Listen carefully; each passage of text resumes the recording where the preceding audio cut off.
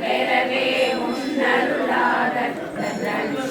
அன்னமும் சொந்தம் பெற்றமெதாக வேலாயுதனா சித்தி பெற்றடியே சிறப்புடன் வாழ்க வாழ்க வாழ்க மயிலோன் வாழ்க வாழ்க வாழ்க வடிவேல் வாழ்க வாழ்க வாழ்க மலைக்குரு வாழ்க வாழ்க வாழ்க மலைக்குரு மகளுள் வாழ்க வாழ்க வாழன துவசம் வாழ்க வாழ்க மறுமைகள் நீங்க